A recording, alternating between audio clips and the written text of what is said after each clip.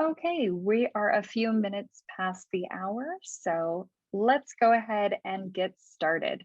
So thank you all for joining us today. My name is Taryn Jones, and I'm on the developer and community marketing team here at Kong. And I'd like to welcome you to today's monthly online meetup. So in this session, we're going to be talking about today's Kong Gateway 2.5 release. And the Gateway OSS team is here to get you up to speed with a summary of the features and news related to 2.5. The team will be open to questions throughout the presentation. We just ask that you type them in the chat and we can interject as needed, but for most of the questions, we will hold them for the Q&A and discussion at the end. And then we will invite you to raise your hand and chat with us and have that open discussion. So with that, I will go ahead and hand it over to Paul Fisher, the Gateway Product Manager, to kick us off. Thank you, Paul.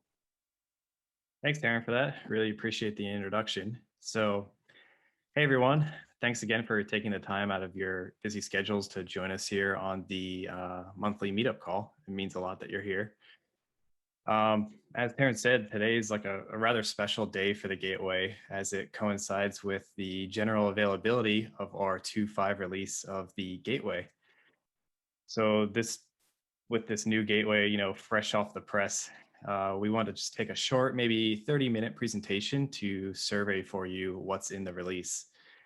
In my presentation, I have a lot of links to help augment your understanding of these features. And I just ask actually for a little bit of a patience as we release, as some of this official release announcements come out and our docs are officially updated with all the great 2.5 features that are coming out.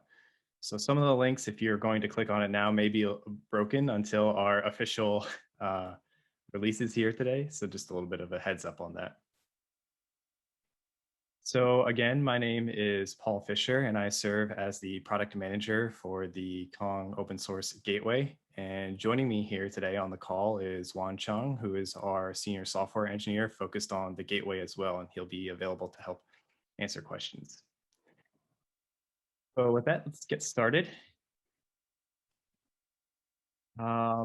Speaking of general availability releases of our gateway, I thought I might just take a moment to give you some background on what the release cadence actually is for the gateway. So if you're considering becoming a contributor of the gateway or more or less a user of the gateway, it's important to know when you can expect a feature to come in a given release and how versioning works between different versions of the Kong gateway. So with our gateway development, we've adopted this sort of time-based train model, if you will, meaning any particular feature, no matter how large or small it is released only when it's nearly finished. And if a feature just so happens to sort of miss the current train, that's pretty unfortunate, and we try to avoid those situations, but it's certainly not the end of the world, right? This sort of next train in the station is scheduled to leave right on schedule in the following release. So there's a high likelihood that that feature could land then. So we've set with each version release, we have around 12 weeks between minor versions of the gateway and around 18 months, sometimes more for every major version is our current targets for describing this sort of time-based deployment model. And really the advantages that we hope will help you out in the sense of, it makes these releases highly predictable. So this helps gateway users to better plan for and build, consistent upgrade strategies when when a specific version is coming out. One maybe downside of this approach is, that I'm also often faced from a PM's perspective is sort of answering, well, what's coming in the next release? When is my feature going to make this next release? And that can kind of be inherently uncertain until the time we go into a feature freeze or the code for a particular feature is written and tested, and we would have a better idea if it makes a specific train or not. So, this is one of the trade-offs that we take when we move to time-based releases, and definitely something to keep in mind as you submit ideas to our community forum or feature requests in the repository as we prioritize those specific feature requests. So for the 2.6 release, with our advancements in a lot of like automating our release tasks and build and a lot of our testing as well, our goal is to sort of delivering features at sort of a higher velocity that we can get features into your hands quicker, and we can kind of work together on maturing them and making sure that our features are growing with community expectations.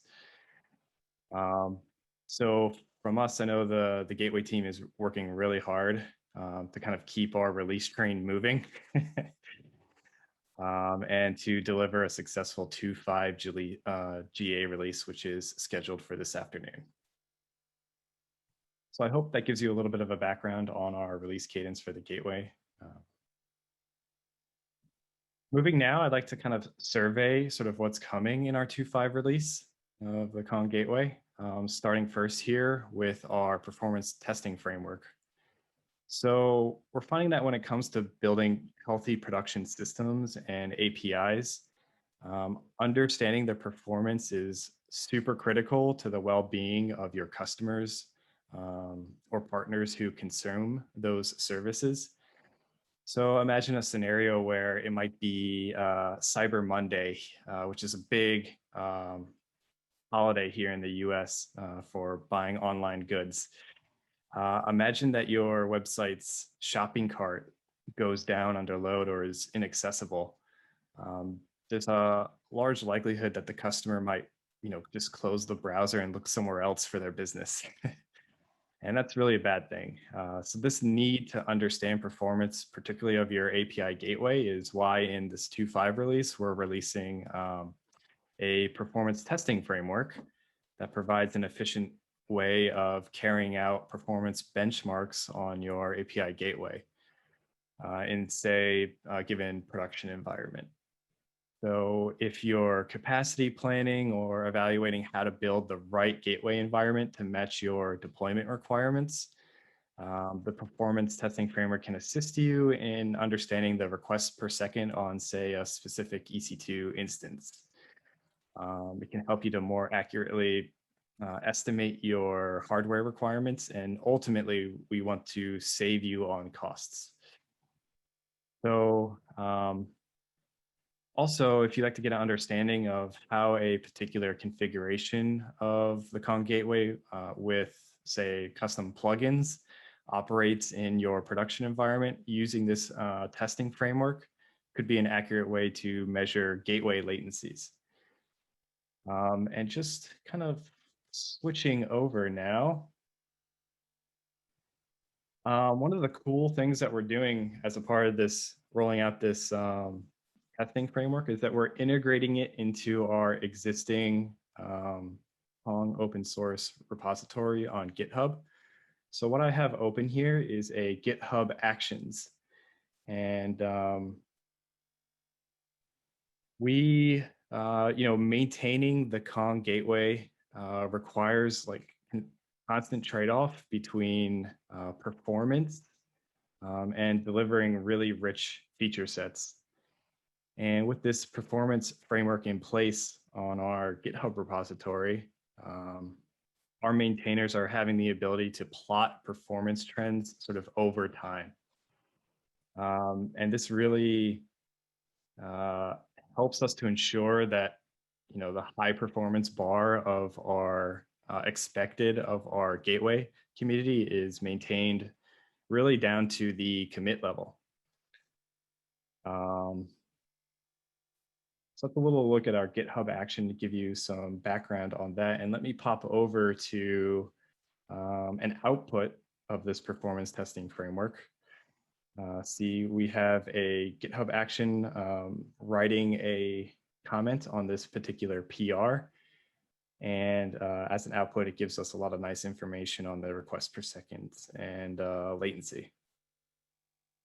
So I'll pause there, and Wanchong, are there any other details you'd like to maybe round out on what I showed here? Any interesting things you might want to highlight? Yeah, so one thing apart from the latency and the request per second is we also generate the so-called Fling graph, which you can measure your the pain point of your program. Like if you write a application which you observe having a bad performance, then you can use this tool to pinpoint what portion is taking the most workload of your program, and we kind of generating this frame graph in this GitHub action as well, and it is automatically uploads to the GitHub Actions artifacts. You can download and view on your own browser. That's all from my side to add. So I'll pause here for a minute. Any questions from the community group here around this performance testing framework? We'd love to start to understand a little bit more on your use cases, if there's any really interesting challenges that you have that we can sort of extend this performance testing framework to, making it easier for you. If you have any questions, you can put them in the chat and I'll read them out, or you can raise your hand and I will invite you to unmute. But whilst we wait for the audience, I actually have a question, which is, where do these tests run? Do they run on the GitHub Actions runner themselves?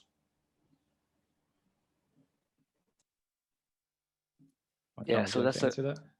Sure. Yeah, that's actually a good question. So we don't actually run those like load tests inside the GitHub Actions. So the GitHub Action is only like kind of a handler or a controller. So we invoke some kind of tools we use from HashiCorp and Terraform, which will spin up like a third-party infrastructure, and all the load testing are done inside of the third-party infrastructure. So whether or not GitHub having a good performance or bad performance in their containerized GitHub Action is not matter to us. So every time we run in a stable standalone hardware, which is just the only workload here is the performance test, and this will give us the most accurate and stable results for each run. Cool, thank you. Any questions on the performance testing framework from the audience?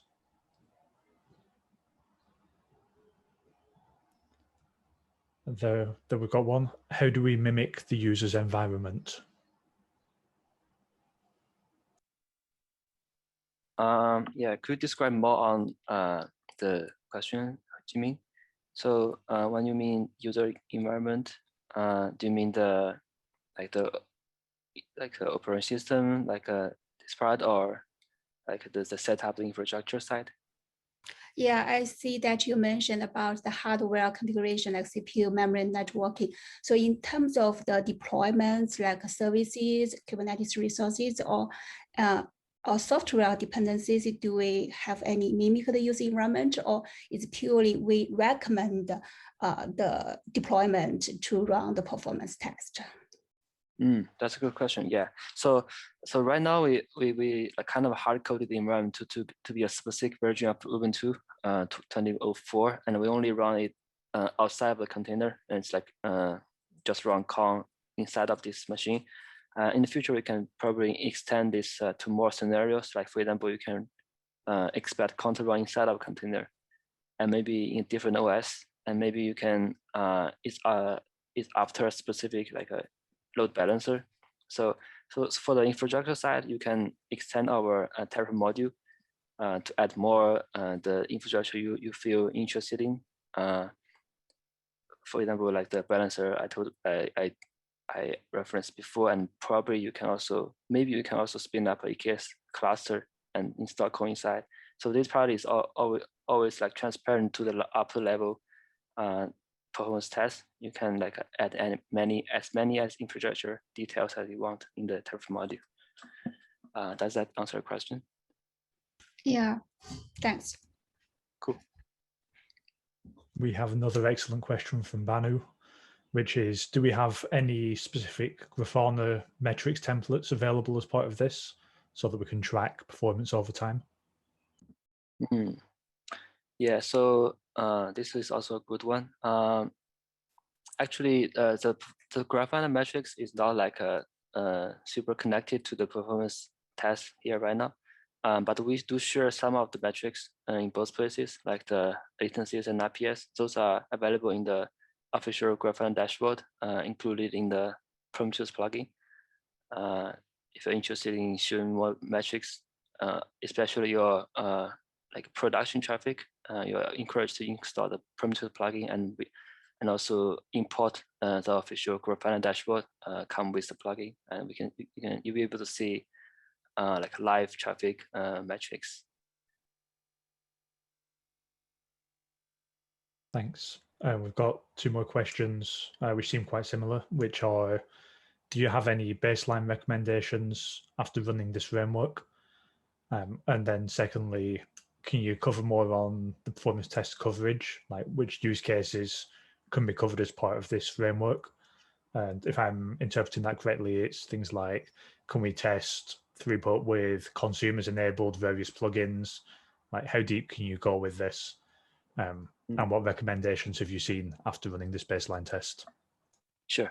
Yeah, and let me, Wang-Chun, let me start for just a minute. On the baseline recommendation side, so we have a number of refactors coming with our 2.6 release. So I think we can expect to see with our 2.6 sort of timeline, we'd like to publish more of our sort of just baseline recommendations on sort of what to expect. So definitely be on the lookout for some more information on our blog in that sense. Sorry, Wang-Chun, to cut you off.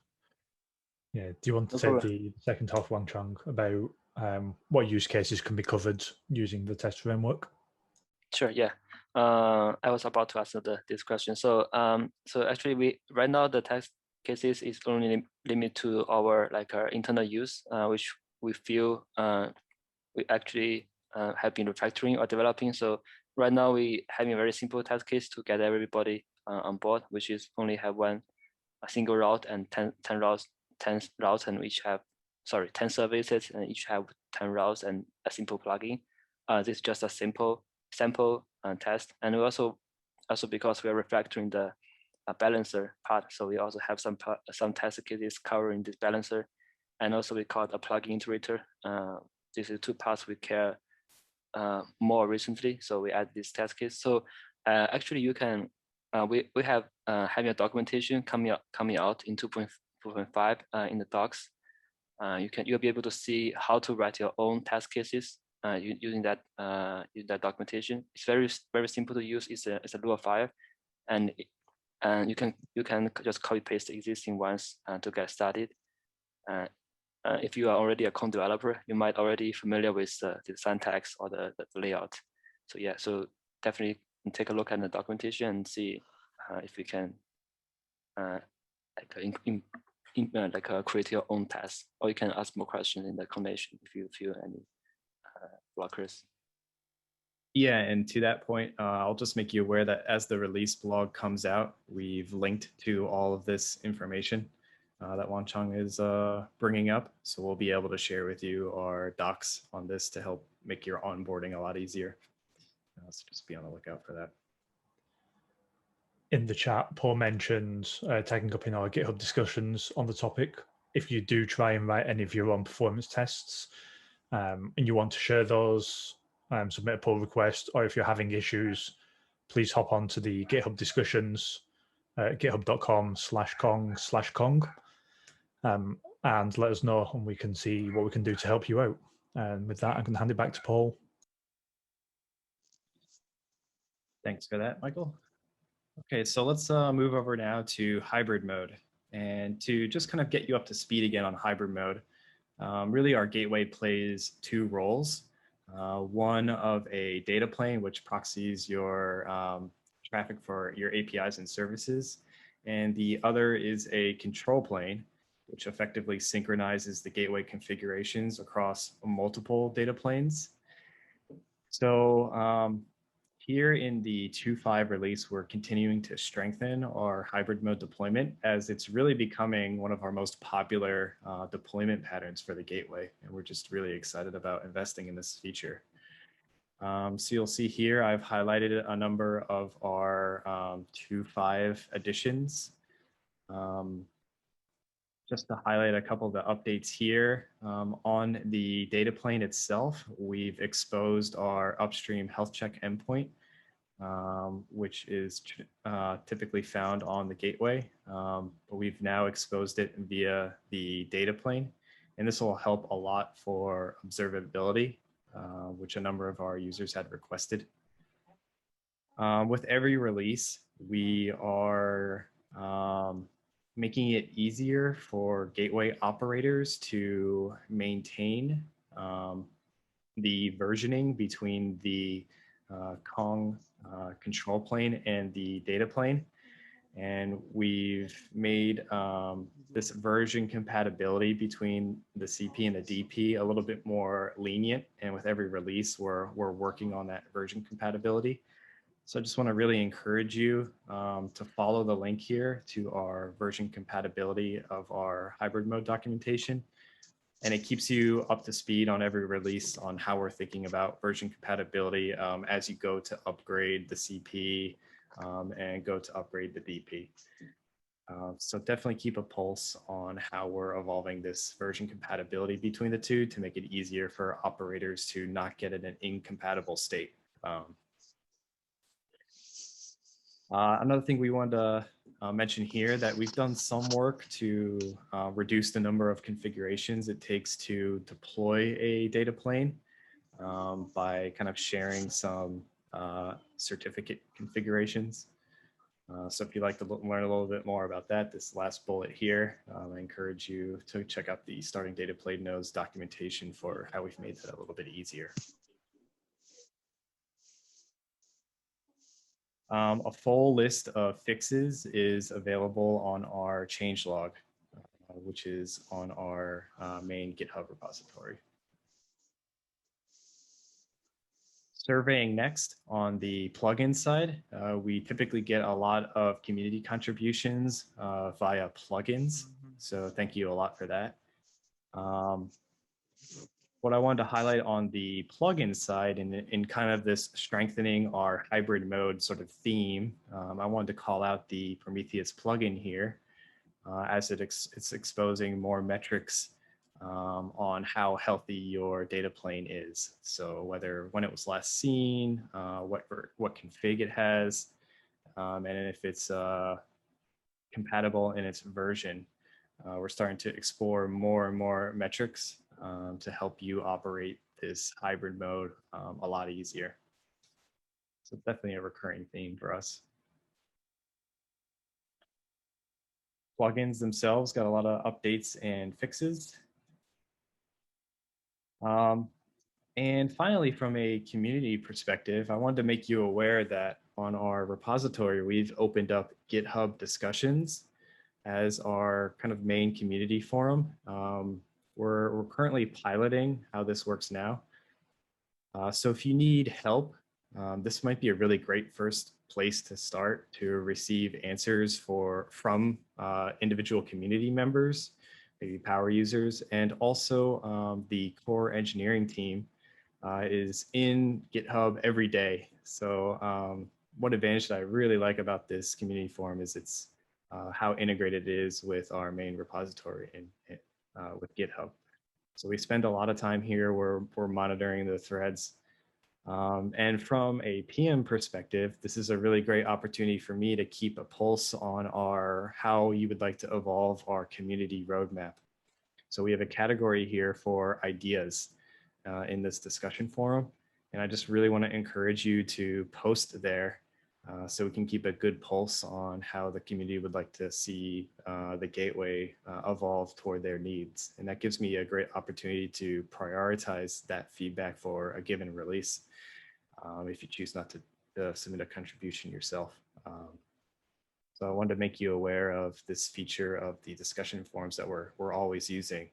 Now, one thing to sort of call out at Kong Inc., we have a large ecosystem of products from Insomnia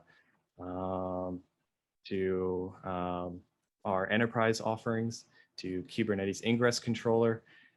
So this discussion, we're kind of working on how to make it kind of cross-product, but you may want to tailor your discussions for the specific open source gateway itself in this community forum.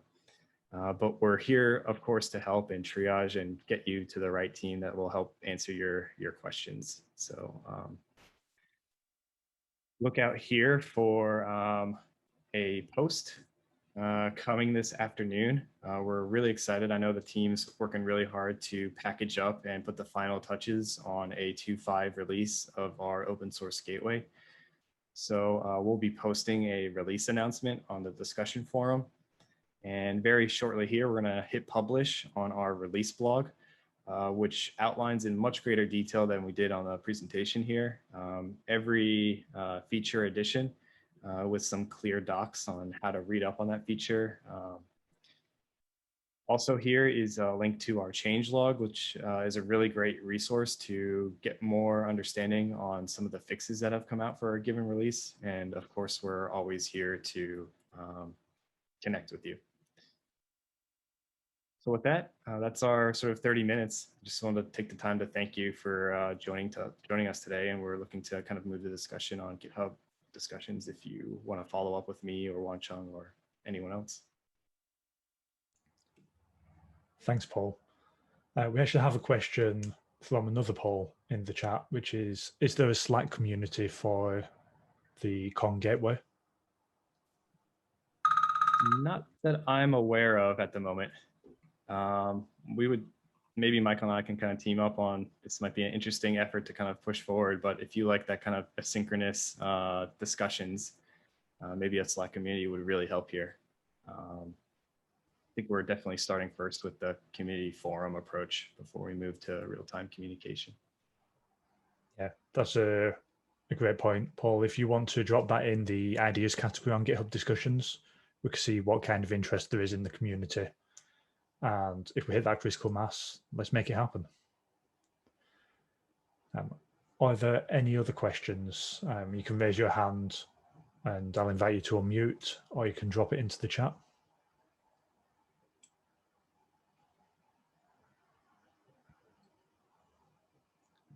Going once. Oh, we have a question. What is the recommended approach for Kong upgrades to 2.5 in place, or a blue-green approach? Yeah, this definitely is a topic that deserves its own sort of session and is dependent on your needs and your deployment architecture with the gateway. So for more best practices there, I might want to encourage us to maybe connect offline outside of this meeting to get a little bit more information about your specific deployment landscape, so we can help recommend how to upgrade to 2.5 a little bit better. I'm going to sound like a broken record here, but that looks like a fantastic question for the GitHub Discussions. So we can follow up after this call, because like Paul said, it really depends on what you're trying to achieve, and also your deployment configuration, whether you're using the admin API, whether you're using declarative config. Like there's a lot of factors that we need to know to make the best recommendation for that. Any other questions? Siddharth, let's go.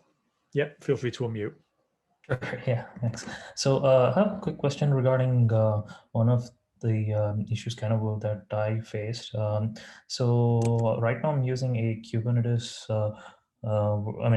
deployed Kong over Kubernetes, and then have, I think, 2.4 Kong right now, and then using a DB mode.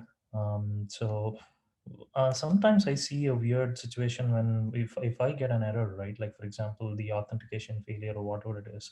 That time I see I don't get a response from Kong. It kind of just rotates on and on. It waits for like a timeout. Like for example, I tried through Postman, waits till the Postman timeout, and then it kind of doesn't give me a reply, like even doesn't give me a 401 or whatever error that is means. Do you think that is something that you're aware of, or it is something to do with Kong versus some configuration mismatch at our side?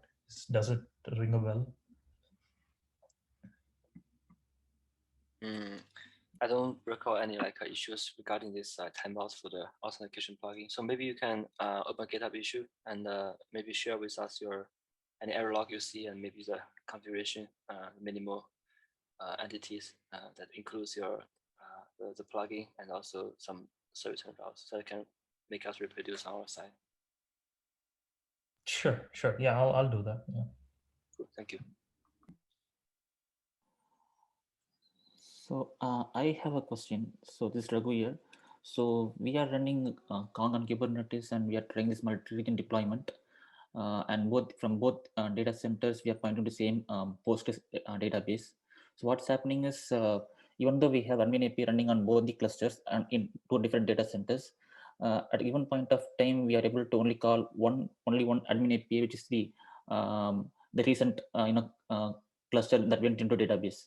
The other cluster which was deployed before this cluster, right? We are not able to call the admin API of that previous cluster.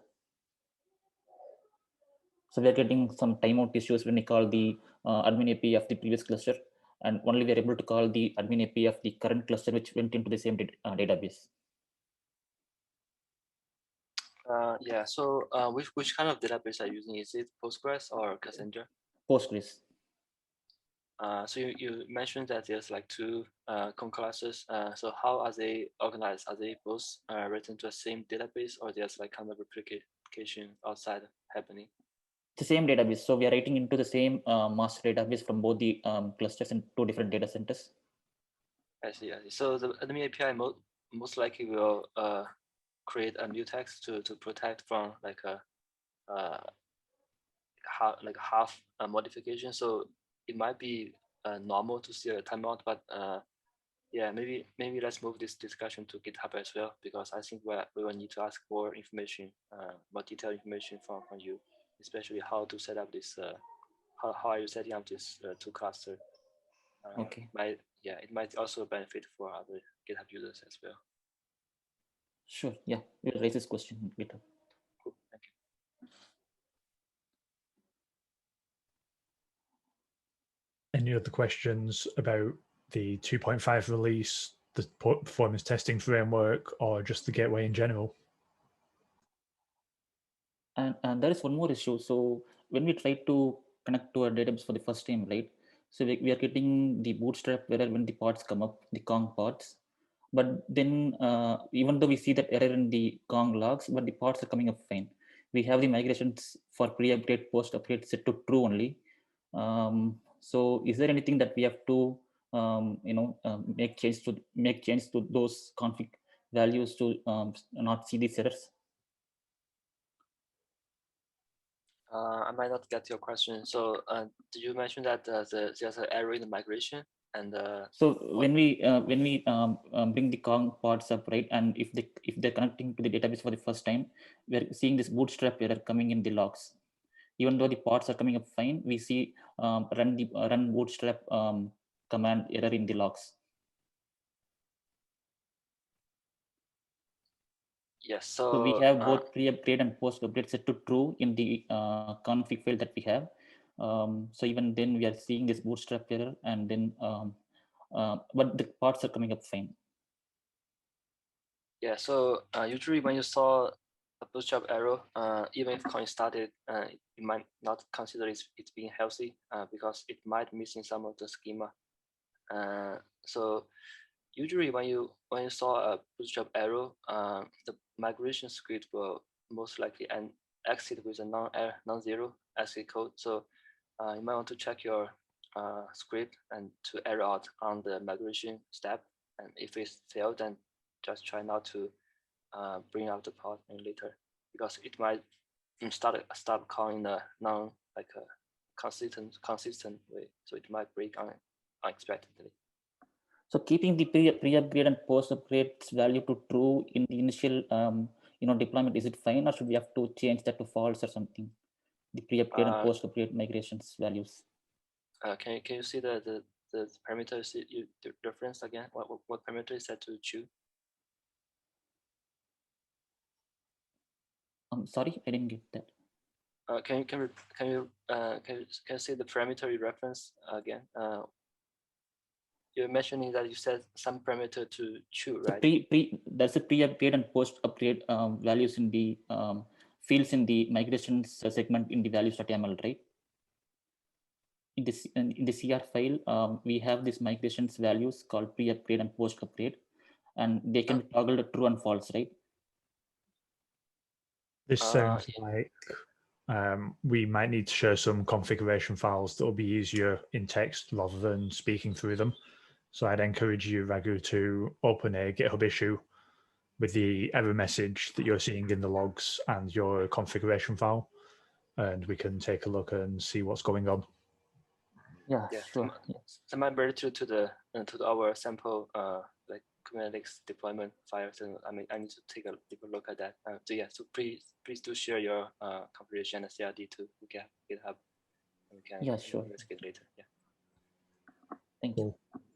We have another question from Hassan. Two questions, in fact. What is your recommendation to do Kong clustering and load balancing? And is there any detailed documentation in this regard? The Kong clusters. Could you describe the question in more detail, like how what you're trying to like accomplish? So are you trying to using Kong as a load balancer, or are you trying to put the load balancer before Kong to like load balancer Kong itself?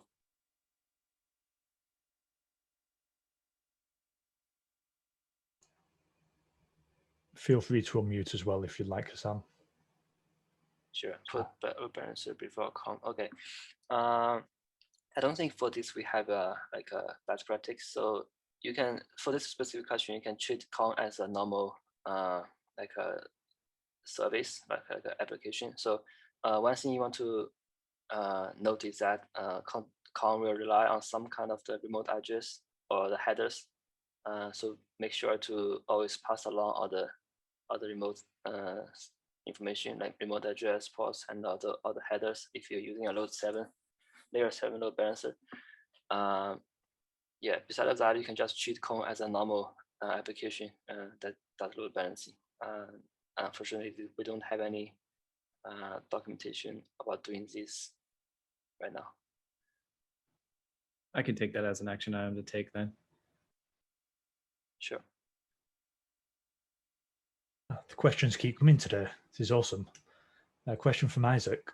Should we use by default for all the Kong services created, created Kong upstream objects, balancers, or should we use Kong service old way? I'm not sure I follow that one. Yeah, yeah. So yeah, I'm not sure if I understand correctly. So maybe let me go through my understanding. Yeah.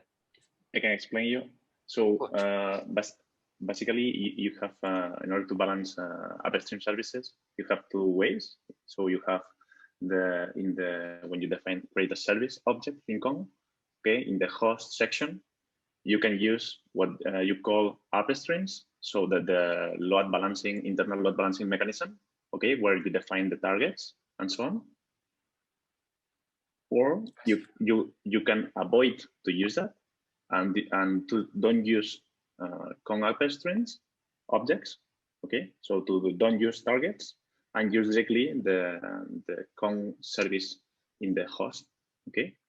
What is the best way to do it? So we should migrate to the upstream objects, or we should keep it in the old-fashioned way. I see. Yeah, so I understand your question now. So so what is the vision? So that depends on really depends on your use case. So for having the like the upstreams, like you mentioned, balances and the targets, you basically have all the benefits of health checks and some additional features like upstream TLS, some kind of stuff. So if you're having only the old way of service, you do configure it more conveniently because you don't have to configure additional objects or entities. But you do not have this kind of like active health checks or the additional features that tie to the balances, sorry, to the upstreams only. So that just depending on how you want to utilize Kong, how is like use case here. So if you are not using any of the features, these two are just the same, and you can consider internally they work just the same inside of Kong. Okay, thank you. More questions from Paul this time. Is there a recommended approach to setting up canary deployment if the upstream hosts are using different endpoint paths? I think we're having a canary plugin, but I'm not sure if it's a enterprise only plugin or it's a Git like open source one.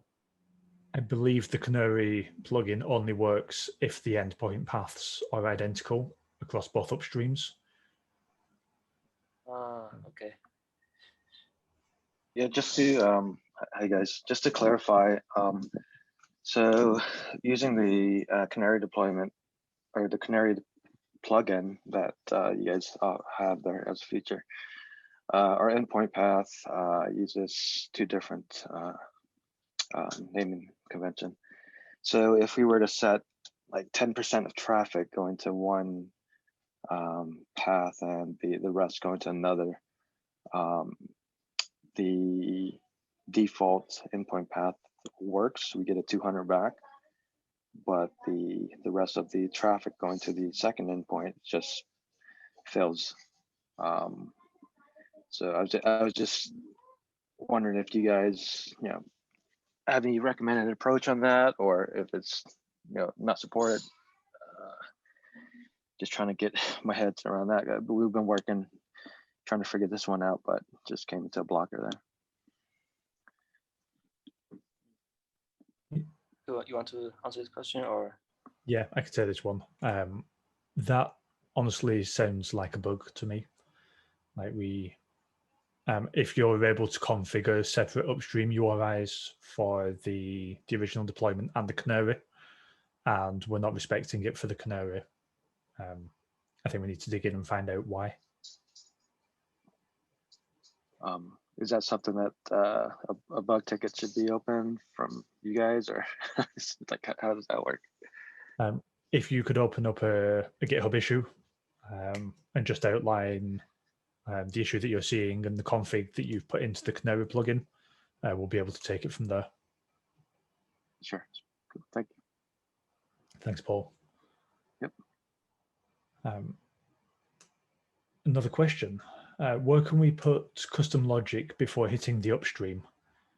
And I'm happy to take this one as well. This is where Kong plugins come in really useful. So during the execution phase of a request, you can manipulate the request using Kong plugins before it sends to the upstream, and also once the response has been received. You can write those plugins either in Lua if you want the best performance, or we also offer plugin servers if you prefer to write Golang or JavaScript or TypeScript. We have extensive documentation available for each of them, blog posts on JS and Go that I will drop into the chat for you. If you want more clarification, again, head over to GitHub Discussions, outline what you're trying to achieve, and we'll help you understand which phase you need to implement in your plugins to solve your problem.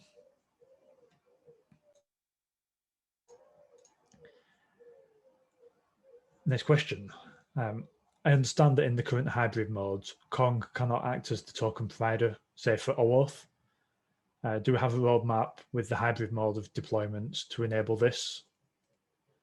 So data plane and control plane, but also something stateful to store OAuth tokens. And Paul's unmuted. Right. We're working on a number of hybrid 2.0 features that will help with this.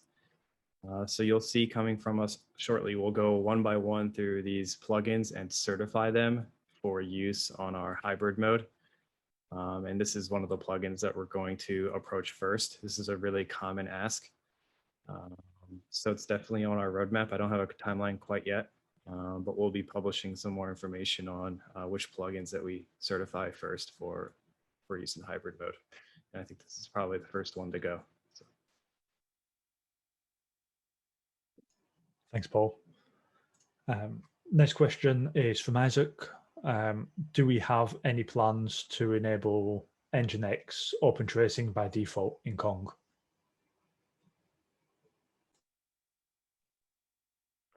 Yeah, this one might be a more product question, but I can answer like alternatives here. So we do have a zipkin plugin, which we support officially, and you can use it as a OpenTracing agent. One of the OpenTracing implementation. And also we're having a community plugin that talks to the Skyworking server, that you can also use as a tracing agent in Kong. But as far as I know, Pop, correct me if I'm wrong, but I don't think we have a plan to add this. I think it's a C module to compile into Kong, but you can always like compile your own binary installation. We kind of open source the building tools that you can build from source of Kong to a final binary package.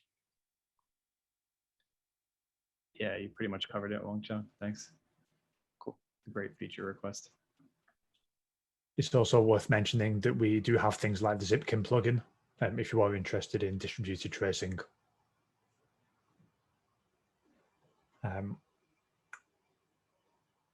Okay, Banu, support for hash secret property for OAuth2 in Kong Ingress Controller.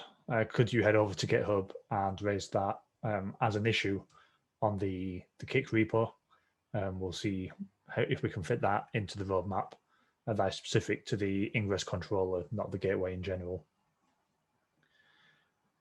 Choki, for the custom logic, you need to extract values from JSON. The plugins can definitely do that, whether it's Lua, JS, or Go.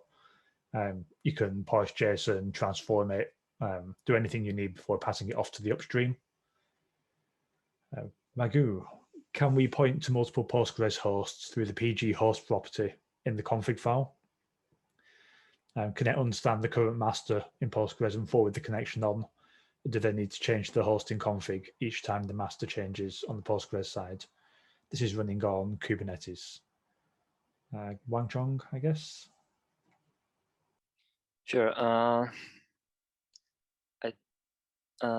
Yeah. So the current master, I don't know there's like official way that you can like in the Cassandra alike way that you can set up a Postgres cluster and assign a specific one as a master.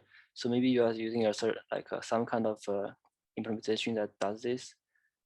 If you do, please open GitHub Issue that let us know. Or if we're just talking about like DNS-based rotation, I think the Kong already handles that. And as long as your DNS server in the Kubernetes cluster configure the TTL properly, then Kong will be able to rotate the entry for the master once the new Postgres database has been spun up.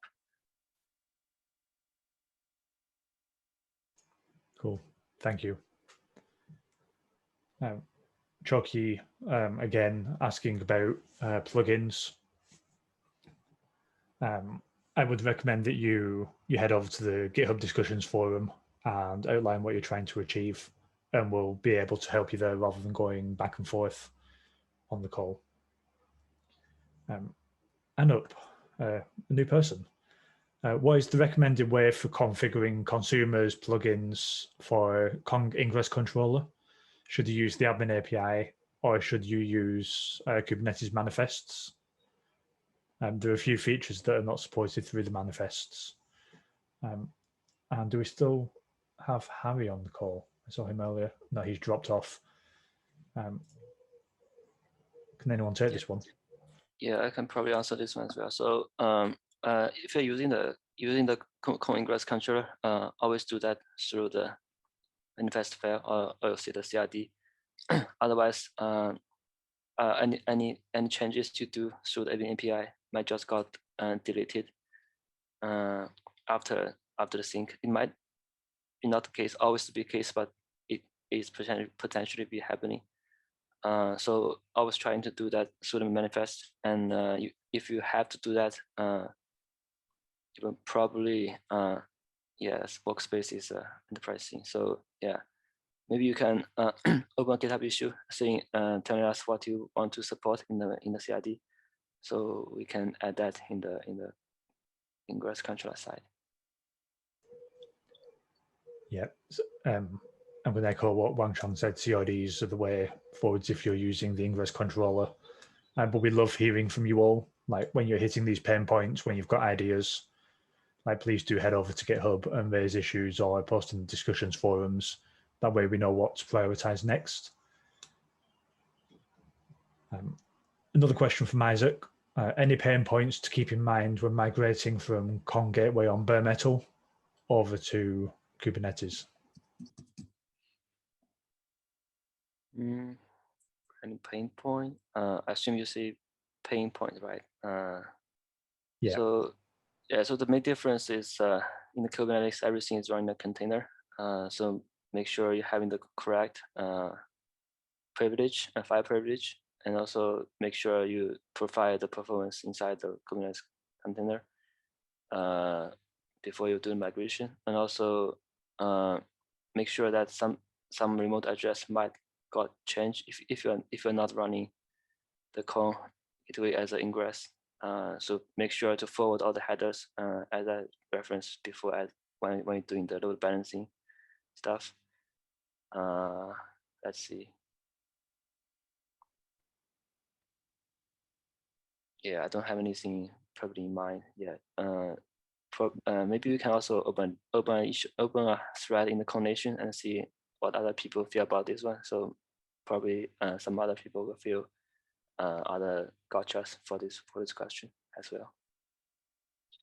You know, Isaac, as you kind of journey into this strategy, this might be a really great way we could kind of partner together to maybe help spread the word on the other community members. So maybe we can partner together on making sure you're successful, and maybe we can build a little technical blog on what it was like to potentially move. I think this would be super beneficial to a lot of the community users to do. So definitely looking for partnership opportunities for these types of things. And there is a great example of why these calls are awesome. Like you come, you tell us what you're working on, you get direct access to the products and engineering teams and that support to achieve what you need to do. And then you get to tell the story as well. So if you are doing anything interesting with Kong, please don't hesitate to share that with us.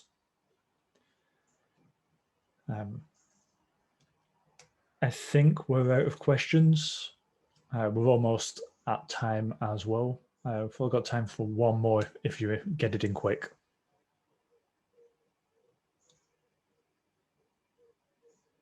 Going once, going twice. All right, let's call it there. Thank you very much, everyone, for taking the time to join us today. I'd like to remind you that these user calls happen on the second Tuesday of every month. Our next call is the 10th of August, and I hope to see you all there. In the meantime, keep an eye out for the 2.5 release going out today, read the blog, and everyone that asked a question that we couldn't answer on this call, please head over to GitHub, post it in discussions, raise an issue, and we'll make sure to help you there. Enjoy the rest of your day.